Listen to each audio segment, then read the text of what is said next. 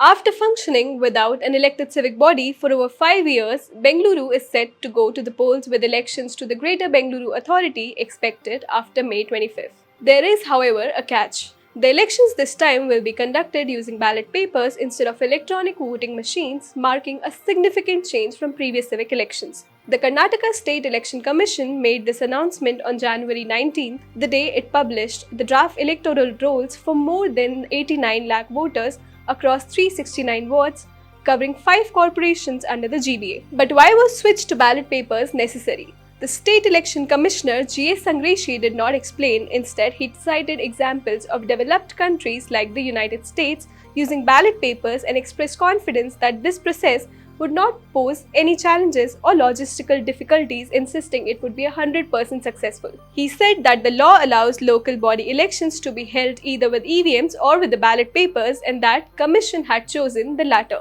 Now let's understand how these two methods, EVM and ballot papers, actually work. EVMs are devices used to record votes digitally. A voter presses a button next to the name and symbol of their choice, the machine records it, and in machines paired with a VVPAT or voter verified paper audit trail, a slip is printed briefly so the voter can see their choice was registered before it drops into a sealed box. Because this is electronic, counting is fast, there are fewer invalid or wrongly cast votes, and it's easier to manage logistics in large-scale elections. Ballot papers, by contrast, are exactly what they sound like: sheets of paper on which a voter marks their choice and then places it in a ballot box. After voting ends, all the ballot papers are taken into counting centers and counted manually. This method produces a physical paper record that many say is transparent, but it takes more time, requires more people to manage distribution and counting, and in a big city with millions of voters, it can be slower and labor-intensive process.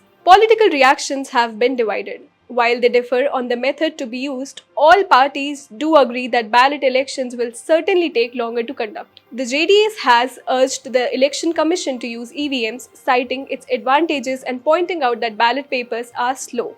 The BJP too has made a similar request, with the leader of opposition R. Ashoka calling the move a sign of the ruling party's political bankruptcy. Even within Congress, former MP D.K. Suresh questioned the switch, saying the party high command will have to decide if moving away from EVMs is the right choice. The decision comes at a time when questions around voting methods are already part of the political conversation. Soon after Rahul Gandhi concluded his 16-day Voter Adhikar Yatra in Bihar in September 2025, the issue of vote chori surfaced in Karnataka as well.